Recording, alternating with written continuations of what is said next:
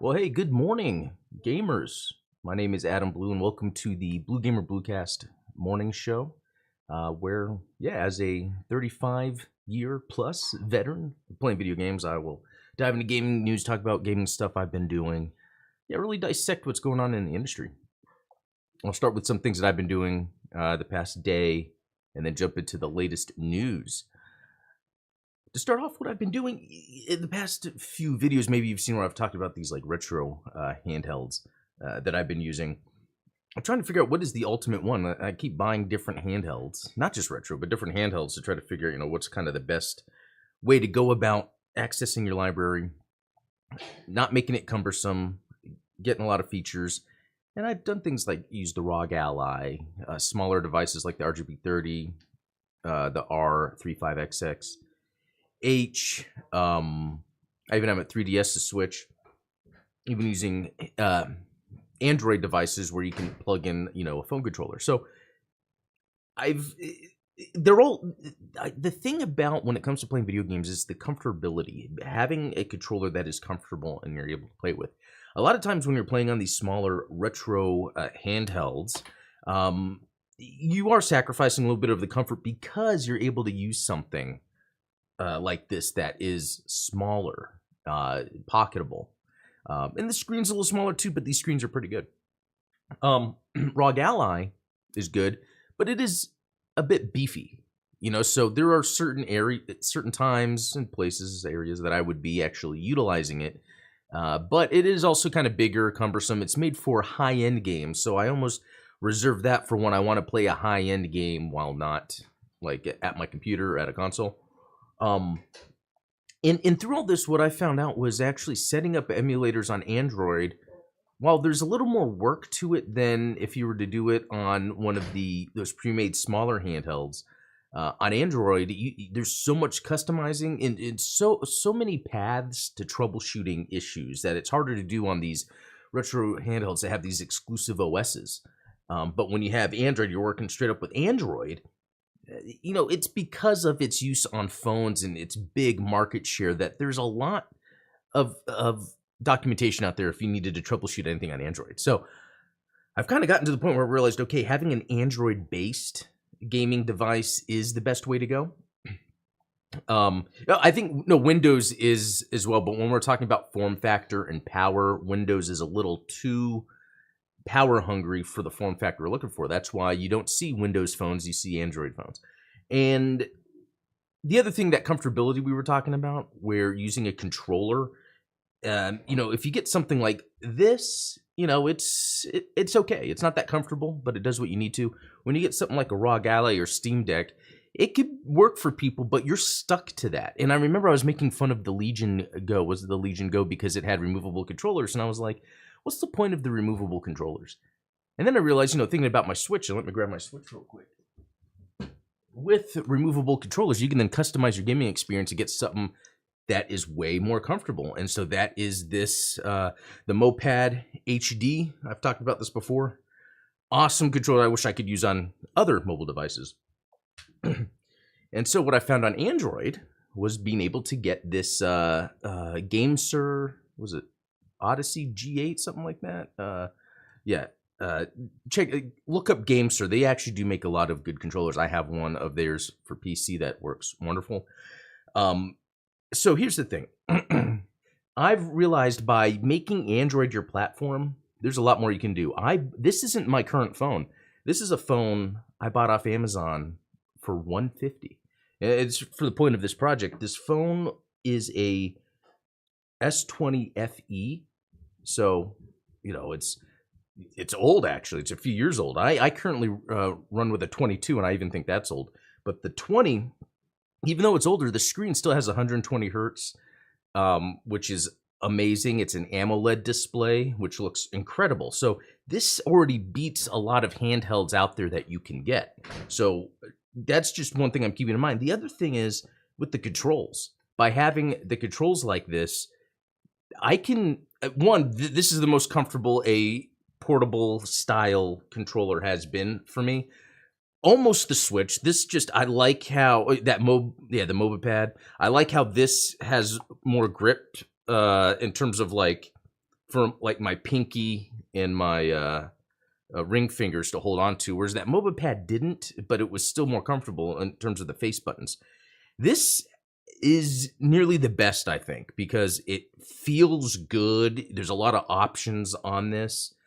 And if you're doing your gaming emulation with an Android device with controllers, you could change the controls depending on what you feel you'd rather have. There's a lot out there. There's more that's going to be coming out. They're gonna go all out with these, but you also get the touchscreen experience. So if you wanted to emulate something like DS or anything with a touchscreen, you could do it on Android. Not only that, but with this controller specifically, there's a headphone jack built in. Oh yeah, and another reason why I got the 20 FE is because I wanted to get the last model Samsung made that had the removable SD card slot, because that is needed for me to hold my entire library. It requires more than a 256 card. And a lot of the built-in on this is, 64 to 128, so not a lot, so you do need that external card. So what's happening then is I've realized if you want to get the ultimate gaming experience that requires some setup, but not as much as some other handhelds, going with an Android phone and an Android controller is, in my opinion, the best way to go. You could run Switch emulators on this. So really, you could go far out, even though my goal is more of the retro stuff, the stuff that's unavailable. Going on Android allows you to do so much more. Now, here's something. I mean, looking at these side by side, I love the size of the Switch screen. I mean, and that is really awesome. But this does enough of what I want to do. So I think I'm seeing that with the future of these handheld devices. I really think it is important, if Microsoft is to announce a new handheld, that it has removable controllers. Make it where there is a display. That is the main thing you're buying. And then different options for controller types. It could be that some controllers, don't have HD rumble or gyro or Hall effects or mechanical keys or trigger stops, so it's cheaper. Or you could buy like a pro version that has all those features. So what this does is it gives gamers options. And so I feel like that is the next step forward with gaming. As it's going mobile, making it to where the screen and the controls are separate. We can see with the Switch, Legion Go, with Android that is possible. So I feel like that is the future for a lot of people to have a more customized experience. So that's that. And sup, Midnight Hatter, good to see you. And when it comes to gaming yesterday, that's really all I did. I didn't have too much time, but I was tweaking this new Android phone I got. And I went with Samsung just because generally you get a lot of power for the price when it comes to the older models. Like the older models are still super powerful and they can be relatively cheap. There's this Android handheld I wanted to get. I was originally going to get before this, and it's like at 200 or a little over 200, but it doesn't do all the things that you could do by having a regular phone. Because that's the other thing. I could add a SIM card in here for data if I wanted to, just to make sure I'm constantly having an internet experience wherever I go. Anyway, that's that. I find that interesting. If you have any more questions about it, let me know below. And I will say that continuing on yesterday, I reflashed the Batocera Lite OS on this, and I was able to get SyncThing to work. Doesn't make any sense. Sometimes it works, sometimes it doesn't. I think that's just going to be a thing now. And I kind of get why that person was yesterday on Reddit or the other day was saying we don't officially support, or it doesn't officially support. I don't agree with deleting or blocking the posts, but because there's no official support, it's not like, well, don't expect to get help. Because there's not many people messing around with this stuff. It's very interesting. So, hey, let's jump into some news, shall we? And again, a lot of this news is, I'm waking up first thing in the morning, seeing what's out there. First, $80 Call of Duty Kong glove is not worth it, claim fans. And this is just going off the headline, but I agree. This is the first time hearing about a $80 Call of Duty Kong glove, but yeah, I'm glad I only had to pay it was $20 for Ash, $5 for like that Doom chainsaw. Once you start getting to that, it's like, what? Players have to purchase 4 separate packs to acquire them. Let's look at this just for a little bit. I'm just curious what they're doing. Oh yeah, that was coming after them banning 27,000 Holy cows, huh? Okay. I got the Beast Glove so you don't have to. Players who've purchased the item have been sharing their experience with it, and it's not positive. While players have blasted the item for doing nothing, that's not technically true. While it may be little comfort to players that have spent 80 to acquire it, the weapon does come with a unique inspection animation. Holy F. It was not worth it, wrote one Reddit user. I thought it would at least ragdoll enemies, if not corpse launch them. So that's interesting. Now, it said that it came out of 3 different DLC packs or 4 different DLC packs. So it could be, 4 separate packs. It could be user to user, like people, okay, that's worth it because all the other stuff to it. I don't know. That website didn't detail that. EA adds Motive Studio to Battlefield development team. Okay, so that's interesting. I can see that if that was the plan in terms of depending on where Motive Studio is. Let's see, because what are they working on right now? Is that major?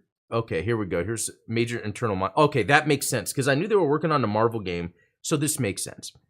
When you reach a certain point in game development, there is some redundancies, and it's cool to have other projects lined up because then you can quickly switch them over. In fact, I got to bring this up. So, what's that? Victor Lucas, Electric Playground. He's back on YouTube with a bunch of videos. He did an interview with an I forgot the name of the individual. He worked through Sega and Xbox, like from the Genesis to the Dreamcast, the Xbox to the 360. And during that time, he thought one of the biggest things that is very important that he noticed Hollywood does, but not necessarily video game development, is lining up projects. So when people are done with their work on one project, then they can start working on another. And it's probably something that could reduce the layoffs that we see a lot, but it's almost like it's been normalized, which on one hand, I get it. And people have to realize that. But on the other hand, I feel like there's ways that you can work the extra workers in your benefit by lining up projects as they're doing here. So it's cool to know that there's a new Battlefield being worked on, and they're able to get the team that's done with the Marvel part, or their part of the Marvel project to move over. So that's cool news for the Marvel game. It's an Iron Man game, right? Yeah. So I think this is good news because people are keeping their jobs, working on another title, and that other title is a Battlefield. Let's hope this new Battlefield is good. You know what? I really feel like there is room for a Battlefield to be done right, even alongside a Call of Duty. Battlefield had that major, like more serious toned war effort thing going on. I've been playing since 1942. I still think Battlefield 2 was the best, even though 3 was fun. It would be, and they did the 2042, right? But they also did a 2142 back in the day where you would fly into these Titans flying over the map and go inside. Like, they need to go back to that. It's really crazy how game mechanics have been pulled back a lot. And it's funny because it's the same thing that happened to the Star Wars Battlefront games, is they pulled back the gameplay mechanics to give it better graphics. Hey, morning, Chad. Good to see you. Let's see. We read that yesterday. Sega celebrating Fearless Year of Shadow with a series of events. So this has to do with, I think Sega is doing such a great job everywhere except their mainline games, because they have the Sonic 3 movie coming out. It's going to have Shadow in it. And then they're going to have the Knuckles TV show this summer that I think is going to like link up to that. But then they're re-releasing Sonic Generations and adding Shadow as a playable character. It's kind of funny in like the Sonic world how Sonic's always been popular, which is interesting throughout generations. And Shadow has come around, and I haven't really cared about Shadow really, but I notice younger fans do. So it's very interesting how Sega, whether unknowingly or by design, kind of created a more updated looking Sonic that is actually super popular. A lot of younger people are really into Shadow. So it will be cool to see how everything unfolds. They made a comment recently about these Sonic movies being like MCU caliber, like having like an Avengers event film. And I could see them doing that with the way they've been introducing the characters. I like how the second movie had more Sonic stuff going on. Like later in the movie, it almost seemed like it was the game. But I will play through Sonic Generations again. I really liked that game. And it's funny because there's a 3DS version of Sonic Generations that is a completely different game. It's taking like, okay, let's take the best of like the portable Sonics and kind of do generations like that. But we're probably not going to get Shadow in that. Since 3DS is, excuse me, is gone. There's no more dual screen stuff happening. So, interesting. 20 classic SNK titles have been released on GOG. I know GOG has always had a bunch of SNK games, so that's always good because GOG is a place to get DRM free games. It's good that that's there. It's like almost like an official way for people to get access to older games, actually, without having to jump through hoops. Disney Speedstorm's next season pass can only be purchased with real money, not earned. And then also, I haven't played this game yet. It looks pretty neat, and it could be fun with family. But like when you already have Mario Kart, it's kind of hard. Lenovo working on sequel to Legion Go. Okay, I was just talking about Legion Go and how it has those removable controllers. I would say make a sequel, make other controllers that you can plug in. Also, give people those options. It could be something that has a bigger grip on it. It could be something that has the D-pad swapped with the analog stick, Oh, here's another picture of that glove. Yeah, I think when it comes to what they're doing with Call of Duty DLC, it's like, here's something that people could like in terms of like nostalgia factor. Because like that stuff is pretty good, but the stuff they come out with regularly, it's not interesting. Like they're, I forget what it's called. They have like a name for it. It's like diamond and like geometric patterns and all that. Let's see. Shift up, celebrate Stellar Blade going gold. Interesting shot. Yeah, I'm excited to play this. Actually, it's supposed to be out like any time now, right? On April 26th. Yeah, so that's coming up pretty soon. Demo's out right now, and you can it'll actually save your progress. So when you play the full game, it continues, which is pretty awesome. Let's see. Some more sales comparisons. Blizzard Games to return to China. So, that's right, the NetEase stuff. World of Warcraft, never really got into that, but it's amazing that people still play it and people love it. So, and it has something to do with the generation too, because I was watching some YouTube videos of people that are much younger than me that were like looking at WoW as like a nostalgia thing, and they like that they can still play it. Forget everything you know about Prince of Persia: Sands of Time remake. Interesting.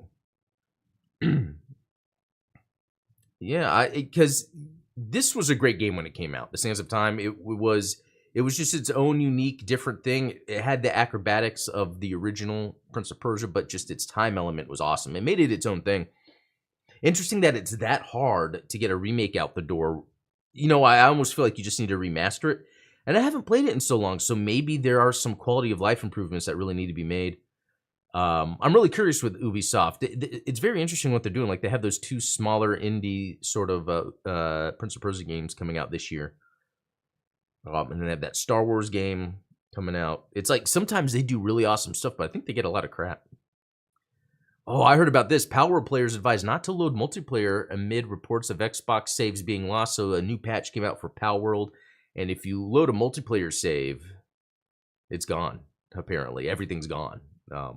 That's nuts when that stuff happens. I almost feel like that's like, I don't know. It's almost like if I was at my job and I did something related to this, it'd be like, you're fired. I don't know. They got to figure out, like, I feel bad because there's someone on Twitter that was like, I just logged in and all my stuff was gone. Now, I haven't played it, so I don't know how hard it is to farm and stuff in that game. The physical version of Star Wars Outlaws requires an online connection to install. Yeah, because I doubt the whole game is on the disc. I mean, haven't we gotten to that point yet where we know like you just can't hold these whole new games on a disc? So, but I think people are complaining. I know I'm not reading this article, but another article I was reading, people were complaining about it. It was an article. I think it was a YouTube video. It was because they were like, well, I should, be able to buy the game and not have to have internet. And it's like, well, it's less than about needing to be online and connected. It's more of having to download the entire game. Let's see. What is stacking in Warzone? Answered. Don't really care.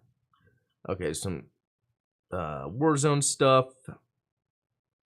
Airship Survival RPG Echoes of Elysium. That sounds pretty neat. So it is an RPG. So I don't know about the combat, if it's going to be like turn-based or real-time, but airship battles sound awesome. Let's see. Dredge to be adapted as a film. Interesting. I can see that. There's a setup there. I haven't played the game, but just hearing the setup sounds interesting. And it looks like it's established by someone that was in charge of or was a Sonic the Hedgehog film producer. So they focus on adapting video game IPs into film and TV projects. And I can understand having a company solely for that if their intent is let's take the game and like translate what makes the game special in a way where people can feel that watching something instead of just like, okay, let's just film this. Hopefully that's what that means. And yeah, Outlaws comes out August 30th. That is my birthday. So probably on my birthday, I will be playing Outlaws. And to me, Outlaws looks way more interesting than Jedi Survivor. Because what Jedi Survivor is, it was like, okay, well, let's kind of do I even hate to say Metroidvania, but like a third-person exploring game. Let's make an Uncharted with a lightsaber. The game doesn't play like anything interesting. It's just like a game. So I'm hoping Outlaws change that. I don't know how, but here's the thing. This developer, I forgot, the Division developers, they know how to make good combat. So that's what I'm excited about in general. Is like, this is going to feel good. I don't know if it'll feel like Star Wars, but it'll feel good. How to survive a fire tornado in Helldivers 2. That's a cool sentence when it comes to video games.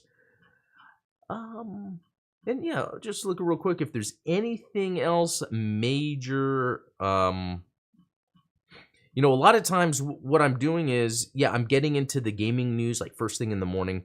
And then throughout the day, sometimes I'll hear some news or some follow-ups to that. And if that ever happens, I will make sure to call that out. But a lot of times what happens is if there's follow-up information to a news story, it will usually then pop up that next day.